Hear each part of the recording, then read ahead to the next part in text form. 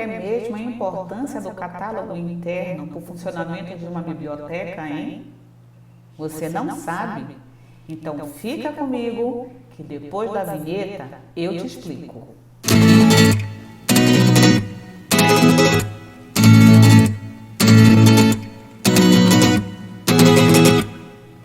Olá, seja muito bem-vindo, seja muito bem-vinda aqui no nosso canal Bíblio Responde. Eu sou a professora Gui e nós iremos dar continuidade ao assunto falando sobre catálogos. Se você ainda não assistiu a nossa aula 1, eu convido para que você primeiro vá até a aula 1 e depois volte para cá para a continuidade do assunto, para que você não fique um pouco perdido, ok? Em relação aos catálogos, nós vimos que eles são instrumentos de busca. E ele tem uma finalidade específica, que é representar todo o conteúdo da obra, no sentido de permitir que o usuário consiga identificar e localizar a obra que ele deseja sem a necessidade de se deslocar até a estante. No próprio instrumento, que pode ser manual ou automatizado, ele vai conseguir obter o número de chamada. E por que tem que ser o número de chamada? Porque é isso que é o CPF da obra. Ou seja, cada obra tem um número que é constituído pelo número de classificação mais a notação do autor. Quando temos exemplares da mesma obra, nós temos que ter o acréscimo junto a esse número de chamada, porque não podem duas obras terem o mesmo número. Então é por isso que nós temos exemplar 2, exemplar 3, volume 1, volume 2 e assim sucessivamente. Em termos de origem, podemos dizer que as primeiras tentativas de elaboração dos catálogos se deu ainda na antiguidade. As grandes bibliotecas, elas faziam, junto ao seu acervo, uma lista, mas com foco apenas no seu assunto. E cada lista era estabelecida de acordo com a regra do proprietário daquela biblioteca. É por isso que nós colocamos aqui que essa lista ela se dava de forma individual. Cada um colocava de acordo com a sua necessidade e de acordo com o seu interesse. Nessa altura, essas listagens recebiam o nome de inventário, índice ou relação. Quando chegamos na Idade Média, nós temos o surgimento das universidades. Então passamos a ter bibliotecas particulares, bibliotecas dos mosteiros e agora as bibliotecas das universidades. Juntamente com isso, tem o surgimento das livrarias. E os seus donos, eles queriam não só vender, mas também controlar tudo o que eles tinham no seu depósito, no seu acervo. Então, por isso que, por meio das livrarias, nós temos a criação dos primeiros instrumentos que tinham uma tentativa de atender aos anseios desses donos das livrarias, os quais contratavam os caixeiros viajantes para irem às cidades vender o seu material. Então, por isso que eles começaram a estabelecer uma certa regra. Então, começou a surgir a tentativa dos primeiros catálogos, com regras e normas. É aí que apareceu a preocupação de estabelecer o ano, o assunto, o título da obra. Um exemplo clássico de tentativa de catálogo é a lista do convento de Saint-Martin, que foi feita em 1389. Mas nós vimos na aula passada que o catálogo, do jeito que ele é hoje estruturado e utilizado, ele passou a ser estabelecido somente no ano de 1879, por meio de Carter, através da sua obra, que era justamente aquela elaboração do catálogo dicionário. Então, foi a partir de 1876 é que a gente começou a ter essa preocupação de estabelecer de forma estruturada o nosso catálogo e até hoje ele é assim utilizado. Vimos na aula passada que o nosso catálogo se dividia em dois, o catálogo externo e o catálogo interno. Só para relembrar, o nosso catálogo externo, ele pode ser estabelecido na forma alfabética. Isso significa que tudo que eu vou querer organizar vai estar arranjado na ordem alfabética. E essa ordem alfabética, ela pode ser de duas formas. De forma unificada, quando nós temos a construção do catálogo dicionário. É aquele que junta tudo por autor, título e assunto, tudo num único ficheiro em ordem alfabética. E nós temos também o catálogo dividido, que é aquele que, como o nome está dizendo, vai dividir os assuntos para melhor atender ao usuário. Então, nós temos o catálogo de responsabilidade ou autoria, mais conhecido como catálogo de autor. Temos o catálogo de título, que vai envolver título principal, título associado, título equivalente, título uniforme e o título da série também, não pode ser esquecido. E o terceiro e último catálogo na ordem alfabética é o catálogo por assunto.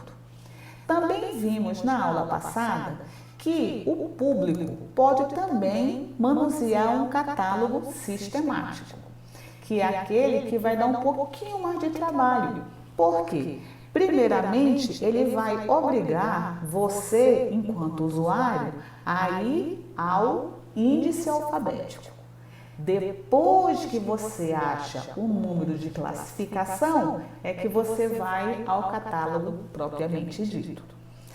E hoje nós iremos trabalhar o catálogo interno.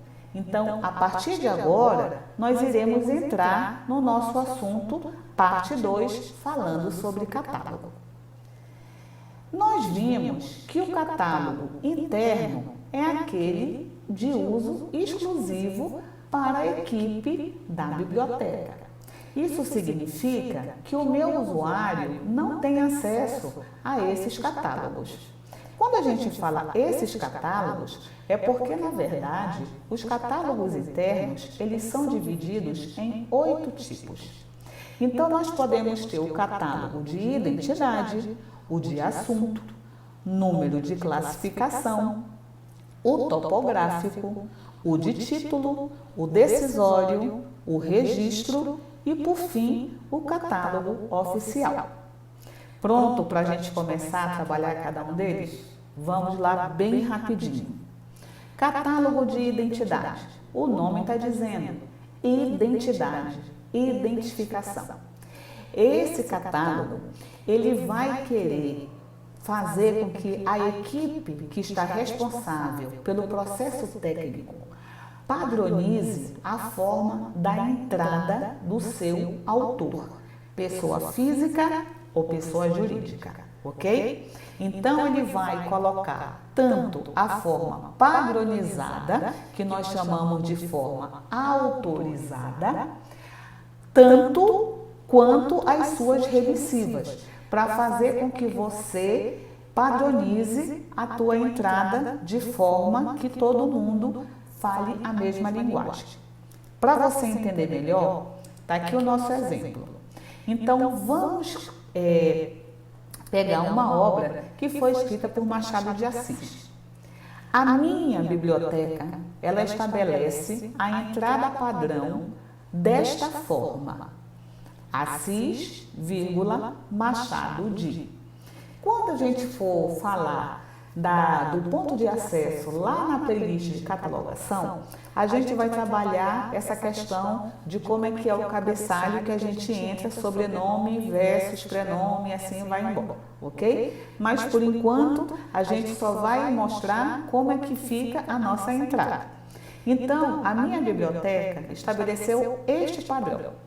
Se porventura eu receber uma obra do Machado de Assis, mas em vez de estar somente Machado de Assis, lá na sua autoria, na sua folha de rosto, vai estar Joaquim Maria Machado de Assis, eu vou, antes de colocar ao cabeçalho a minha entrada principal, eu vou até o meu catálogo de identidade, vou lá na letra A de Assis e vou verificar se já existe uma forma padrão para este autor. Se porventura eu vi Assis Joaquim Maria Machado de ver Assis, Machado de, eu estou dizendo que você é obrigado a entrar com Assis Machado de, por mais que na obra venha aparecendo o nome completo deste autor, ok? Então, esse é o catálogo de identidade. Padroniza a entrada da minha autoria, os meus nomes, tá? O segundo catálogo é o catálogo de assunto. Então, significa que nós iremos padronizar os termos que nós iremos representar o assunto daquela obra. Pode ser que eu queira colocar histórias brasileiras. O meu colega já coloca história do Brasil e assim sucessivamente. A partir do momento que eu tenho um catálogo de assunto, todo mundo vai padronizar a forma como aquele assunto é estabelecido na nossa biblioteca. Por isso que o catálogo de assunto, ele vai arranjar os documentos na forma autorizada do assunto ou dos símbolos, ok? E também o seu número de classificação. Esse tipo de catálogo, ele pede emprestado os termos do nosso tesauro. Então, a gente vai ver o TG, que é o termo geral, o TE, que é o termo específico, o TR, que é o termo relacionado, e o P, que é usado para, que justamente são os termos que a gente utiliza no nosso tesauro para facilitar o nosso processo de estabelecimento do nosso assunto. Por exemplo, vamos fingir que nós temos esta obra. E a minha biblioteca estabeleceu que sempre vai ser o nome catalogação descritiva. Essa obra, catalogação descritiva, ela está dentro de um assunto mais amplo, que é o meu TG, que é a minha catalogação. Esse meu assunto, catalogação descritiva, um dos produtos que vão gerar é justamente o meu catálogo. Então, ele passa a ser o meu TE, o termo específico. E eu tenho também os termos relacionados. Então, se porventura eu vou pegar uma obra para fazer o processo técnico e ela está lá como assunto principal, representação descritiva, eu vou até o catálogo de assunto e vou ver se já existe na minha biblioteca uma forma unificada de representar este assunto, representação descritiva.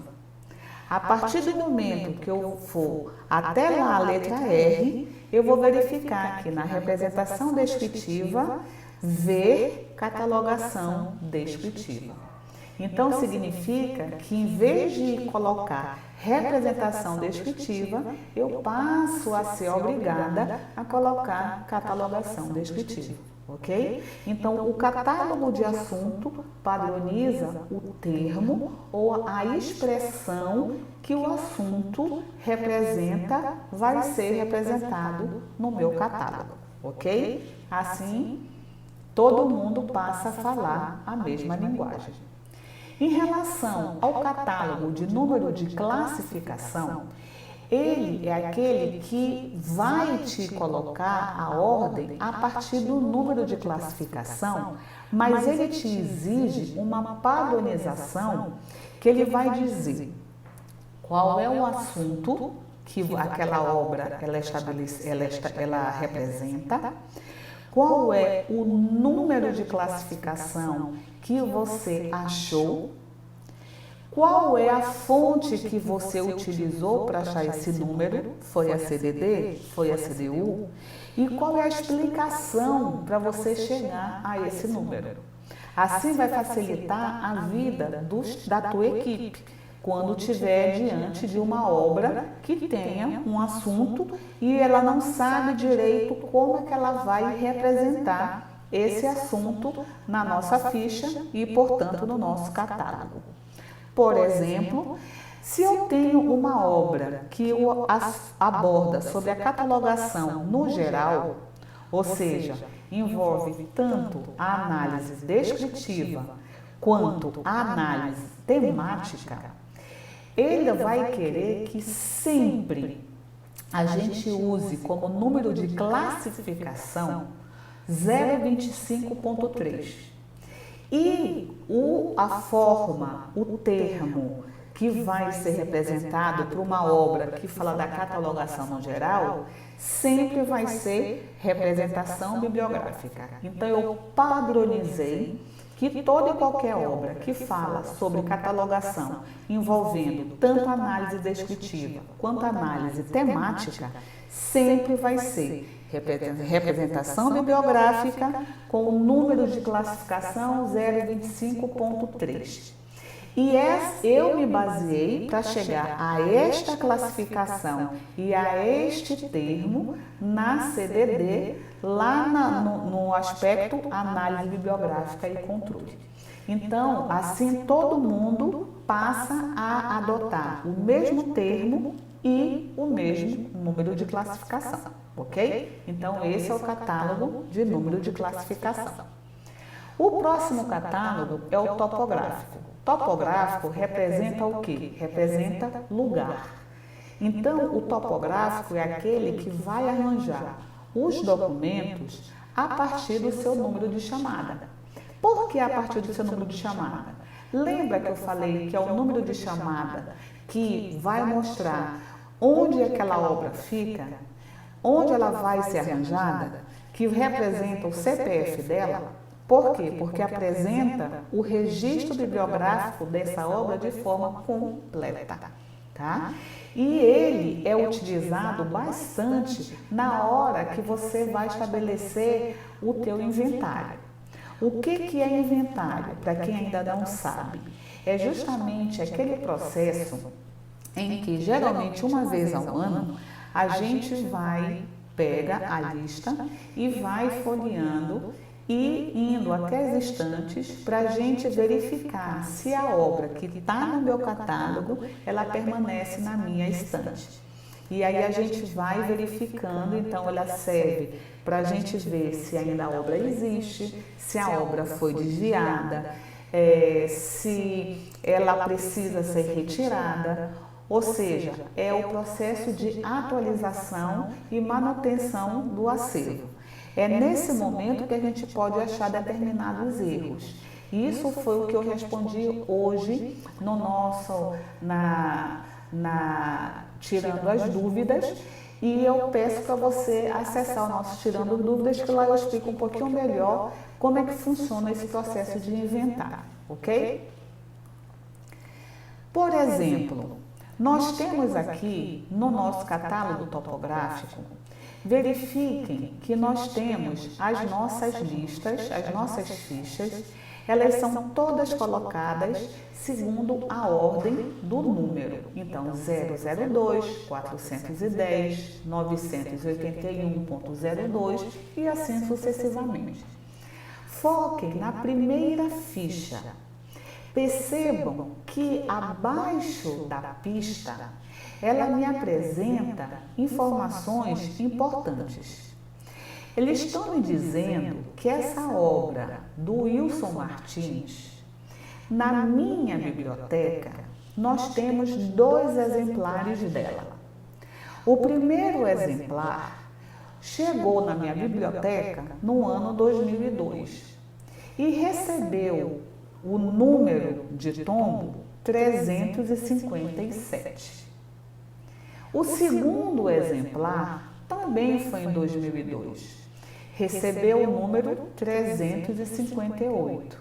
Mas percebam que no 358 tem o acréscimo, que é o exemplar 2.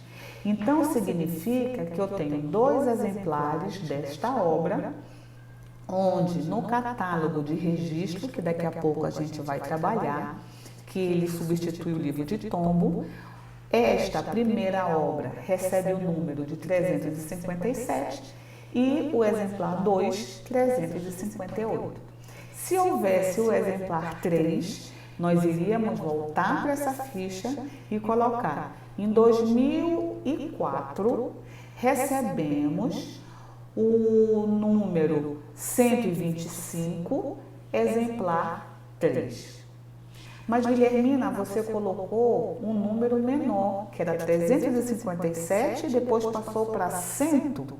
É porque, para esta biblioteca, como ela coloca por ano, significa que a cada ano, quando roda, eu zero o meu número de registro que chega na minha biblioteca.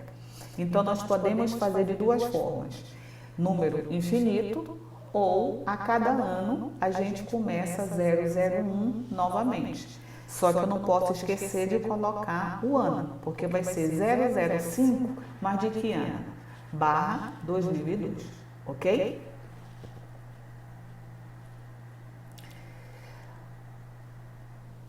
O catálogo de título já é aquele que vai padronizar a forma do título. E a gente não pode esquecer que o nosso catálogo de título entra título uniforme, título principal, título associado, título da série, ok? Então, ele vai padronizar, sobretudo, o título da série e o título uniforme. Por quê? Porque ele tem uma variação na forma de aparecer. Principalmente se for título uniforme, obras com traduções, várias traduções, a parte de legislação, a série, a forma como a série aparece, tá? Então, por exemplo, nós temos aqui um padrão, a nossa série Primeiros Passos. Geralmente, ela aparece às vezes como Coleções Primeiros Passos, ou nas outras obras somente Primeiros Passos. Então, eu defini que na minha biblioteca, a entrada padrão sempre vai ser Primeiros Passos. Se porventura, numa outra obra, aparecer coleção Primeiros Passos, eu padronizo para a entrada padrão, como apareceu no meu catálogo de título, ok? Então, o catálogo de título, ele padroniza a forma como o título vai entrar. E o catálogo decisório? O que ele está dizendo? Decisão. Então, a função do catálogo decisório é o que está escrito aqui na lâmina. Registra todas as decisões e as justificativas para que todo mundo daquela equipe siga e fale a mesma linguagem. Ele também é organizado em ordem alfabética, para facilitar sempre o processo de identificação antes da gente jogar a nossa entrada e o nosso catálogo. Por exemplo, lá na letra E eu vi uma obra e eu tinha a minha editora e vem, às vezes, com 2 cidades. Isso é normal aparecer. Então, tem pessoas que faz a opção de colocar só a primeira cidade.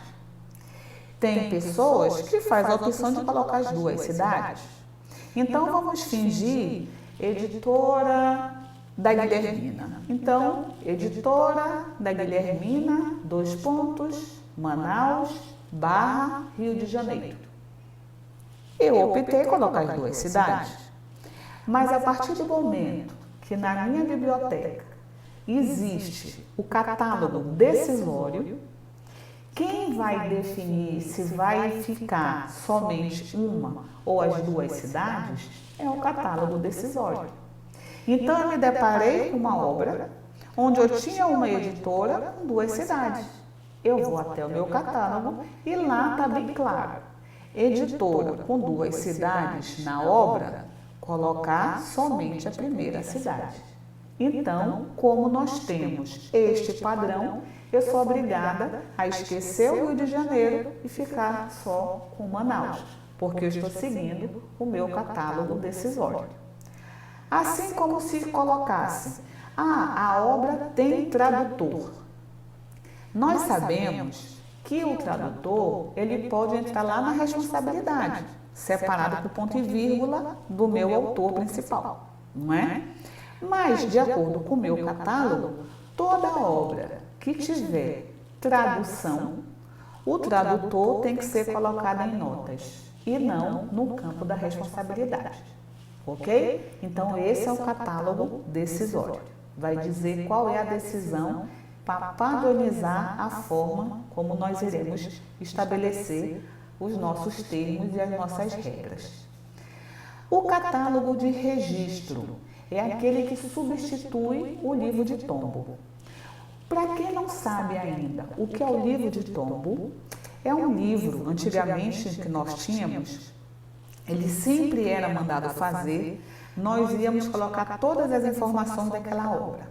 Então, nós iríamos colocar a data que o livro chegou, o número na sequência, aquele 357, a obra lá do Martins Wilson, depois da 358, a obra do Martins Wilson, só que lá no exemplar, na 357, eu ia colocar nada. Na 358, exemplar 2. E assim sucessivamente. O catálogo de registro, ele faz exatamente a mesma coisa. Ele faz um registro sequencial de todas as obras que chegam na tua biblioteca e ela vai ser pela ordem de chegada e ela vai respeitar sempre uma numeração, que pode ser uma sequência infinita, como eu expliquei anteriormente, ou vai ser anual. Evidentemente que cada biblioteca tem uma opção. Então, se você quiser de forma infinita, você começa a partir de hoje do número 1 e vai até ad eterno. Se você quer anual, terminou o ano, quando volta para o 001 novamente, mas nunca esqueça que quando é o anual, tem que sempre colocar tanto no catálogo de registro quanto na nossa obra, tanto o número quanto o ano, ok? Para não dar conflito, para a gente saber na hora do inventário qual é o número, qual é o ano e qual é a obra que eu estou tratando, ok? Vamos ver aqui o nosso exemplo. Lembra do nosso exemplo lá do Martins Wilson? Então, está aqui. Nesse primeiro, ele tem 2002/357. Abaixo, a gente coloca a nossa ficha completa. Por isso que ele substitui o livro de tombo. O livro de tombo, essas informações todas iam estar na forma horizontal. Então, nome, título, local, editora, página. Aqui não, a ficha vai estar completinha, já vai vir apresentar as informações no formato da ficha catalográfica. E acima dela que vai ter o número de registro daquela obra. Então, a primeira obra, 357, eles colocaram até o valor que essa obra cobra. No segundo, percebam que nós temos 358 e aqui abaixo, exemplar 2. para não confundir. E aí eu já sei que no meu acervo eu tenho 2 exemplares da obra A Palavra Escrita, ok? Então, este é o nosso catálogo de registro. E o nosso catálogo oficial? O catálogo oficial é uma réplica do meu catálogo externo, mas eu escolho qual é a entrada que eu quero, ou por autor ou por título. Qual é o objetivo do catálogo oficial, já que ele é uma réplica do meu catálogo externo? É justamente caso ocorra algum imprevisto com o meu catálogo externo, ou um desvio, ou ele molhou, ou ele rasgou, ou ele se por algum motivo houve algum dano, alguma danificação nele, nós temos o catálogo oficial que vai permitir com que a informação não se perca. Então é como se fosse um backup do meu catálogo externo. Só que aí a gente escolhe, porque lembra que o catálogo externo pode ser por título, por autor ou por assunto? Aqui a gente vai escolher ou por autor ou por título, porque eu só vou ter uma única ficha com as minhas obras. E quando a gente for realmente reproduzir para o nosso catálogo externo, aí a gente faz a divisão. Como esse daqui é apenas o meu backup, eu não preciso ter a duplicação. Por isso que a gente escolhe uma única entrada, ok? Ele serve então de manutenção aos catálogos externos que se vão extraviando ou deteriorando ao longo do tempo. Então nós temos aqui o nosso exemplo. É a nossa ficha bonitinha e essa ficha então ela foi estabelecida a partir do nosso autor. Então, Bueno Eduardo, Costa Sérgio, Martins Wilson e assim sucessivamente. Então, percebam vocês que no nosso catálogo oficial, como o que está sendo estabelecido aqui é a ordem de autor, percebam que o nosso número de chamada, porque ele tem tanto o número de classificação 981.02, quanto a anotação do autor B941C, ou seja, o número de chamada, eles estão em ordens completamente misturadas, porque nós optamos pela entrada autoria. E esse é o nosso catálogo oficial, que justamente vai ser a minha reserva, vai ser o meu backup, ok? Então é isso. Nós ficamos aqui com todos os nossos catálogos internos. Então sabemos que o catálogo interno passa a ser de uso exclusivo para a equipe da biblioteca, com o objetivo de fazer com que todo mundo padronize a forma de entrada, a forma de representar uma obra. E eu espero que você tenha gostado da aula. Se caso você gostou, não esqueça de dar o seu like, porque ele é muito importante para a gente. Convido você a se inscrever no nosso canal, caso você ainda não seja inscrito. E se já for inscrito, compartilha com seus colegas. Pode ser que essa informação também seja importante para eles. E se você é inscrito ou vai se inscrever, não esquece de ativar o teu sino, porque a partir disso você vai começar a ter conhecimento de todos os vídeos que a gente posta aqui, principalmente pelo fato de que os nossos vídeos sempre vão ser divididos. E você, para conseguir compreender o conteúdo, vai ter que ficar de olho na parte 1, parte 2. Então, aciona o sininho. Isso também vai fazer com que você consiga estar por dentro de todas as novidades que a gente colocar aqui no nosso canal. E a gente se despede e espero que você tenha gostado. Coloque as suas dúvidas aqui nos comentários porque toda sexta-feira é o momento de tirar dúvida. Então, se você tem alguma dúvida do conteúdo da aula de hoje, coloque nos comentários. Quem sabe que a sua dúvida não vai ser respondida na próxima sexta-feira, hein? Aguardo você nos próximos vídeos. Até logo. Tchau, tchau.